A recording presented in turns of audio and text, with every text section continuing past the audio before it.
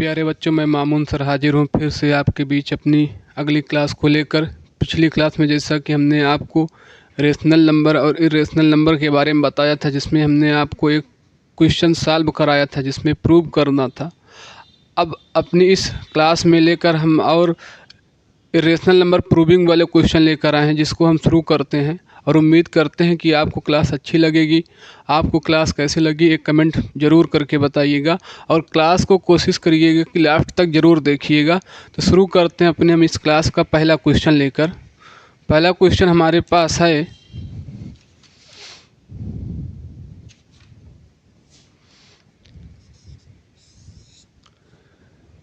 3+2√5। इस क्वेश्चन को प्रूव करना है कि ये इरेशनल नंबर है तो कैसे है। जैसा कि पिछली वाली वीडियो में हमने आपको बताया था कि इरेशनल नंबर प्रूव करने के लिए कुछ कंडीशन होती हैं जिनको हमको फॉलो करना पड़ता है।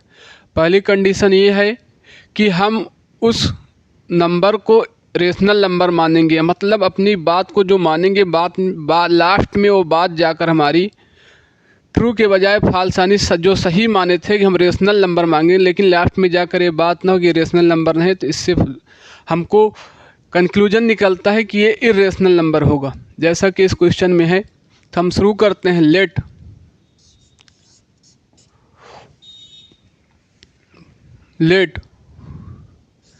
3+2√5 इज ए रेशनल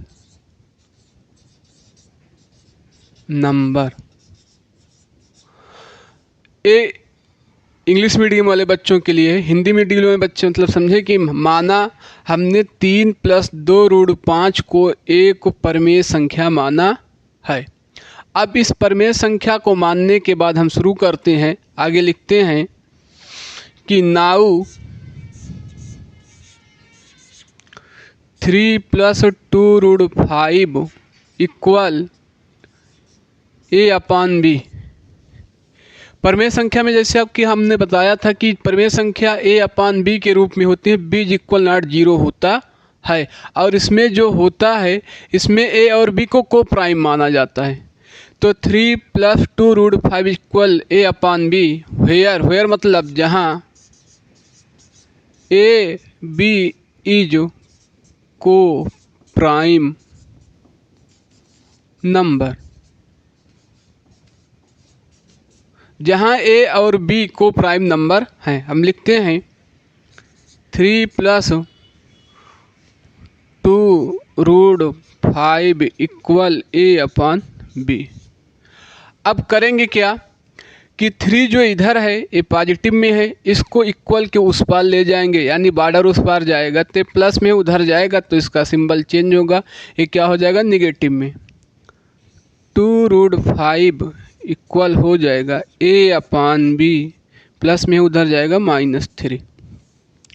अब ये देखिए कि 2 यहाँ है, √5 यहाँ है, इक्वल a/b। ये तो रेशनल नंबर में है। अब इसका अपान कुछ नहीं, लेकिन हम 1 मानते हैं। लेकिन करेंगे क्या, √5 इक्वल a/b। अब 2 का जब इसका अपान करेंगे यानी डिजिबल हो जाएगा, तो हो जाएगा a/2b, इसका भी डिजिबल होगा, और -3/2।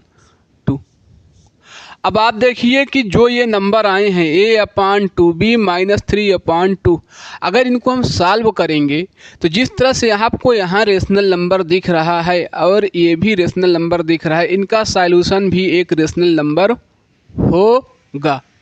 अगर इनका सॉल्यूशन भी रेशनल नंबर होगा तो हम लिखेंगे a and b are integer. a and b are integers. a and b हमारे क्या हैं, इंटीजर हैं। इंटीजर का मतलब होता है पूर्णांक है, मतलब a और b हमारे क्या हैं, एक पूर्णांक हैं। अब इरेज करेंगे हम।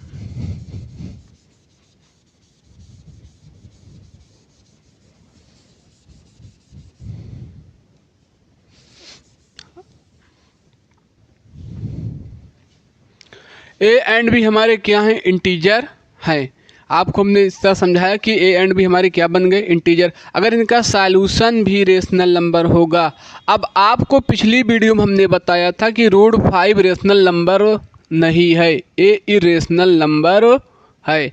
अगर ये इरेशनल नंबर है तो ए भी, अगर ए इरेशनल तो ये रेशनल होगा। लेकिन हमको रूट 5 मानना क्या पड़ेगा, रेशनल नंबर। तो लिखेंगे but root 5 is a rational number, but root 5 is a rational number.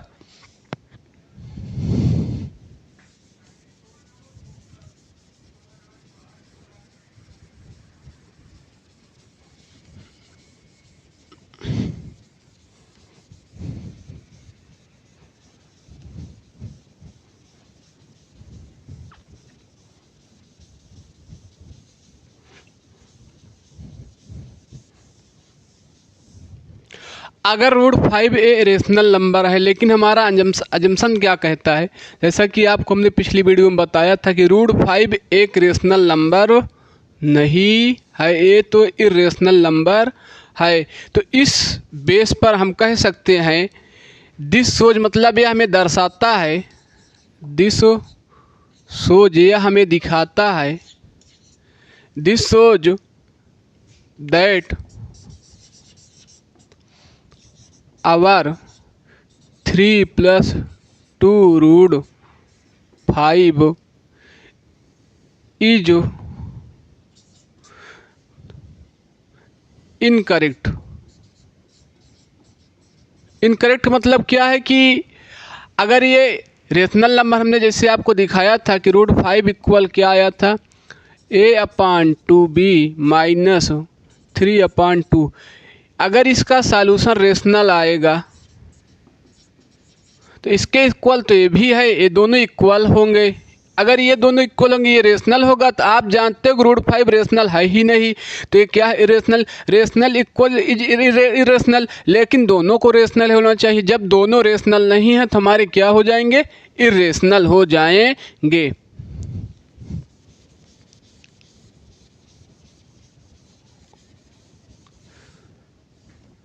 So 3 + 2 root 5 is irrational number.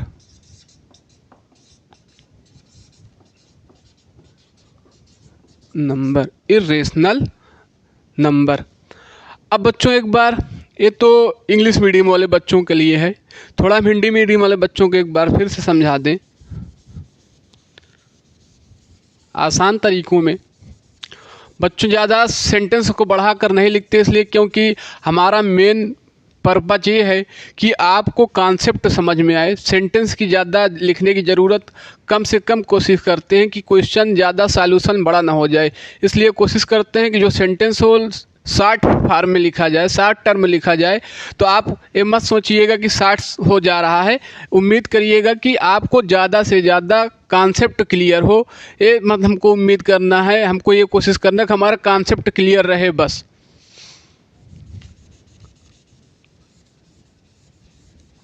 आइए इसको एक बार फिर से समझते हैं हम हिंदी मीडियम वाले बच्चों के लिए।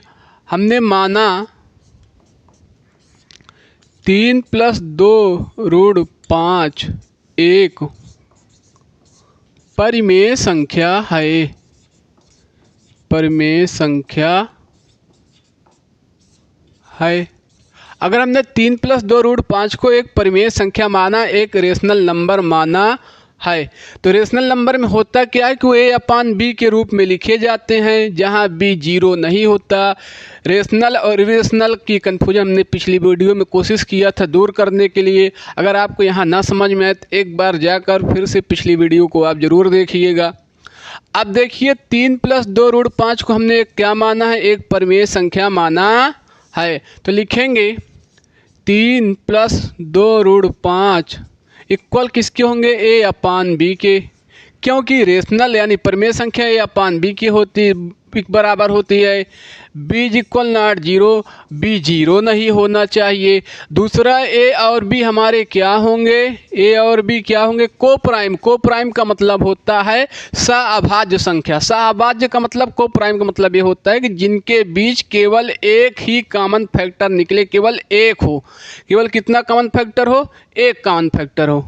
a और b सह अभाज्य संख्या है,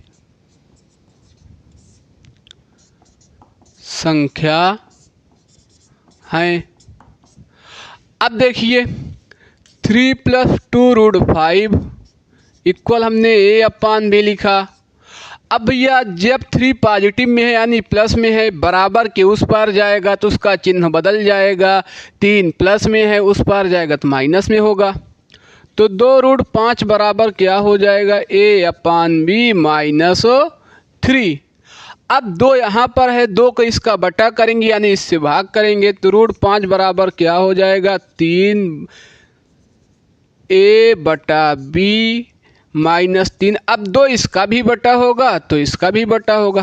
अब आप देखिए कि a अपान 2b एक रेशनल यानी परिमेय संख्या में है, 3/2 भी एक रेशनल यानी परिमेय संख्या में है। अब इनका जो भी सॉल्यूशन आएगा वो किस में आएगा, परिमेय संख्या में आएगा यानी रेशनल नंबर में आएगा। लेकिन आप जानते हो √5 एक रेशनल नंबर नहीं है। अगर हम मान भी लें कि √5 एक रेशनल नंबर है, लेकिन वो रेशनल नंबर आप जानते हो वो रेशनल है ही नहीं।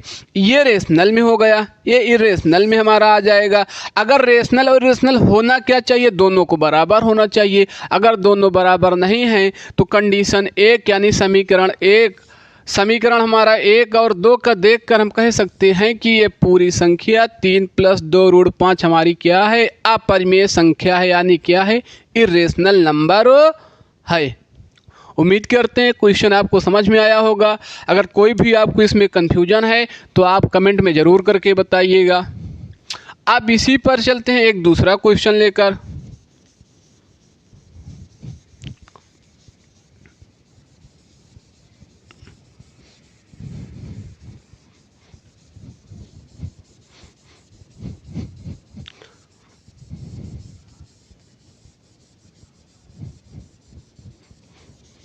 दूसरा क्वेश्चन हमारे पास है कि √1/2 यानी 1/√2 को हमको प्रूव करना है कि ये रेशनल नंबर है या इरेशनल नंबर है। √1/2 रेशनल नंबर है या इरेशनल नंबर है। आइए दिखाते हैं, आपको 2 तरीके से दिखाएंगे, कोशिश करेंगे कि आपको आसानी से समझ में आए।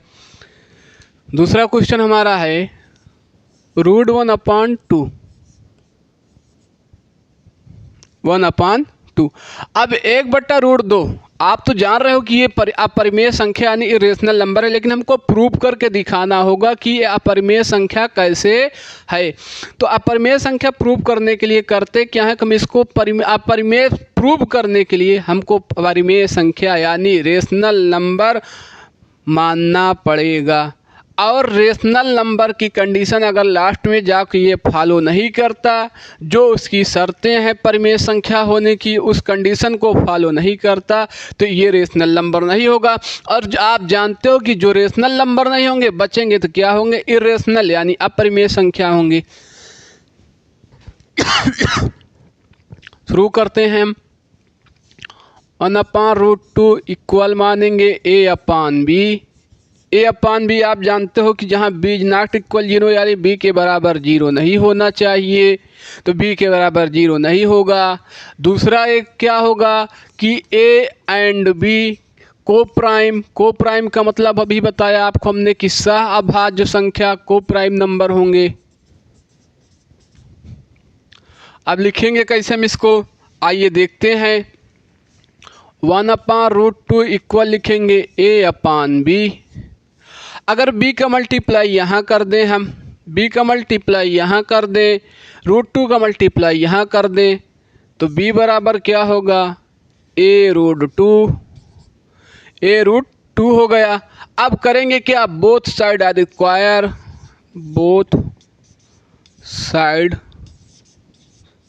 स्क्वायर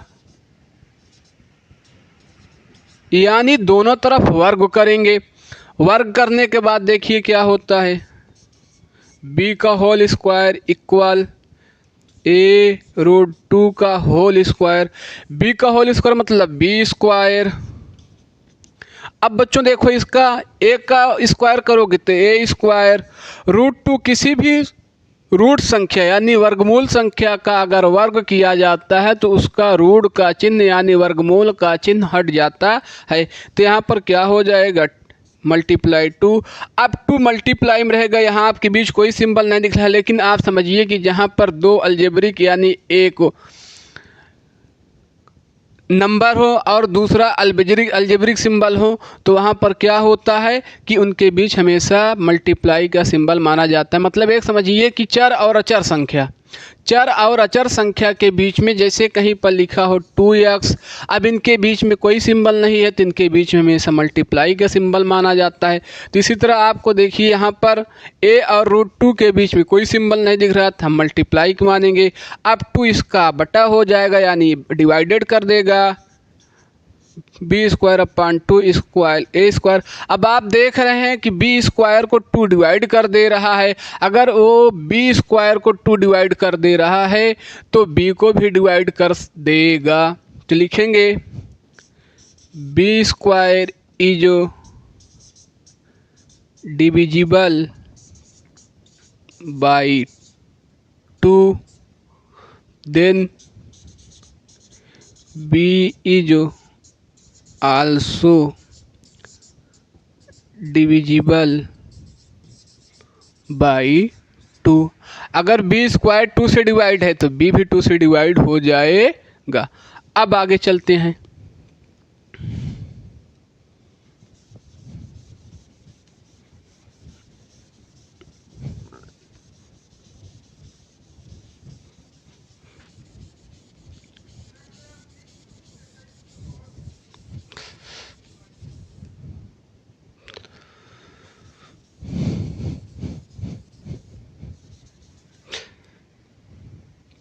जैसा कि अभी वैल्यू आई थी बी स्क्वायर इक्वल आई थी ए स्क्वायर मल्टीप्लाई 2।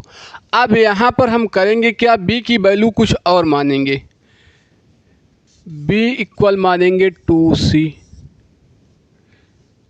अब बी इक्वल क्या मानेंगे 2c, यानी जहाँ b है वहाँ पर हम रखेंगे 2c और चेक करेंगे क्या 2 a को भी डिवाइड कर दे रहा है या नहीं। जहाँ c हमारा क्या होगा, एक इंटीजर होगा।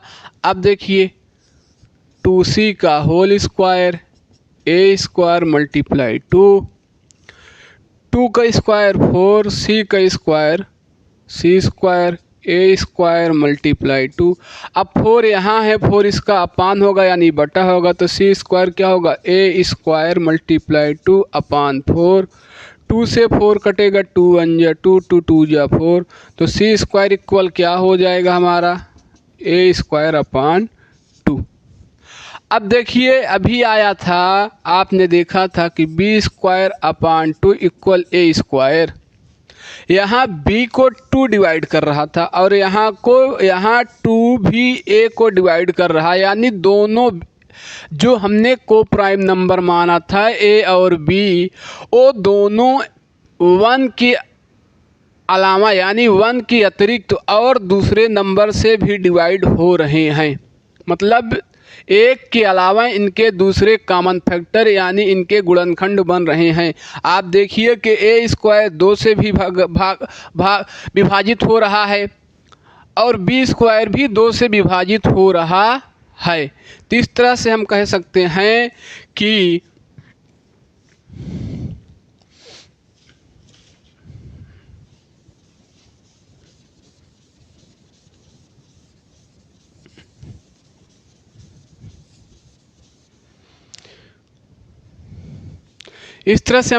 आपको हमने दिखा दिया कि जो हमारी कंडीशन थी, इस एजम्पशन पर हम कह सकते हैं कि 1/√2 इज आल्सो क्या है, एक इरेशनल नंबर है यानी अपरिमेय संख्या है। तो हम लिख सकते हैं सो 1/√2 इज irrational number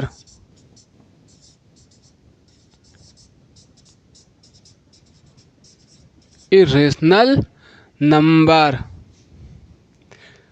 अब हम इसको हिंदी मीडियम वाले बच्चों के लिए उनको भी समझा दें कैसे हुआ। आइए देखते हैं।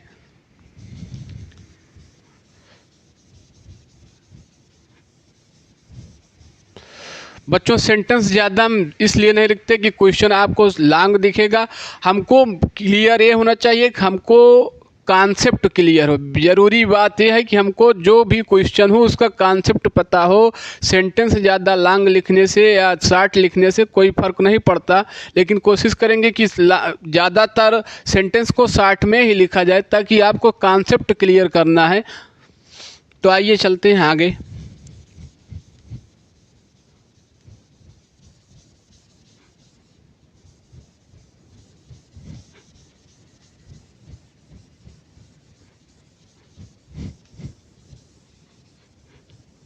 हमने लिया था Q1/√2 यानी 1/√2 एक परिमेय संख्या, इसको प्रूव करना है। अब देखिए हमने माना 1/√2 एक परिमेय संख्या है, हमने माना है। अब 1/√2 इक्वल क्या मानेंगे? A/B, क्योंकि A/B के रूप में होना चाहिए।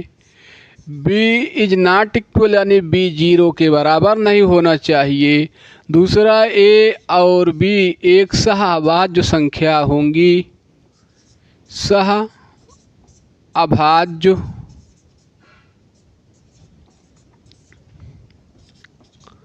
संख्या होगी।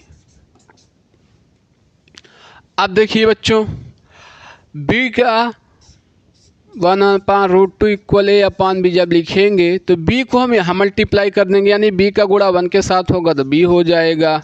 A का गुणा √2 के साथ होगा A√2 हो जाएगा। अब ये हमारा पहली कंडीशन बन गई। अब करेंगे क्या? दोनों तरफ वर्ग करेंगे, यानी बोथ साइड आर स्क्वायर। दोनों तरफ क्या करेंगे? वर्ग करने पर,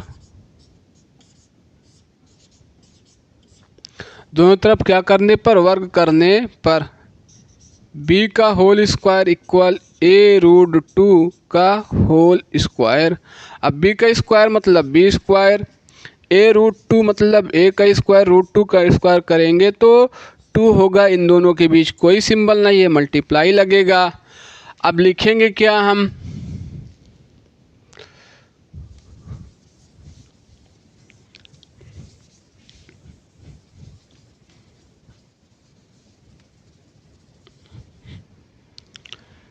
B²/2 इक्वल A²। आप देख सकते हो बच्चों कि B² को A विभाजित कर दे रहा है। यहाँ B² को A विभाजित कर दे रहा है, यानी B² 2 से, यानी B² 2 से विभाजित हो जा रहा है। यानी B² 2 को, जो B² है वो 2 से डिविजिबल है, यानी B² 2 से किससे डिविजिबल है? 2 से। अब देखिए अगर B² 2 से डिविजिबल है, B² 2 से विभाजित है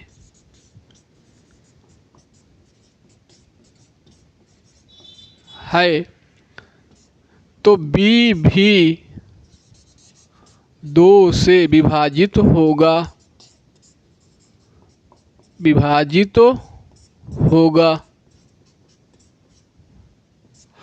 अब एक कंडीशन हमारी ये बनी, जिसको लेकर हम यहाँ तक का स्क्वायर करने के बाद अब हम चेक करेंगे कि क्या B² के अलावा A² को भी कोई नंबर डिविजिबल यानी विभाजित कर रहा है। आइए देखते हैं। तो हम यहाँ पर B की वैल्यू चेंज करेंगे।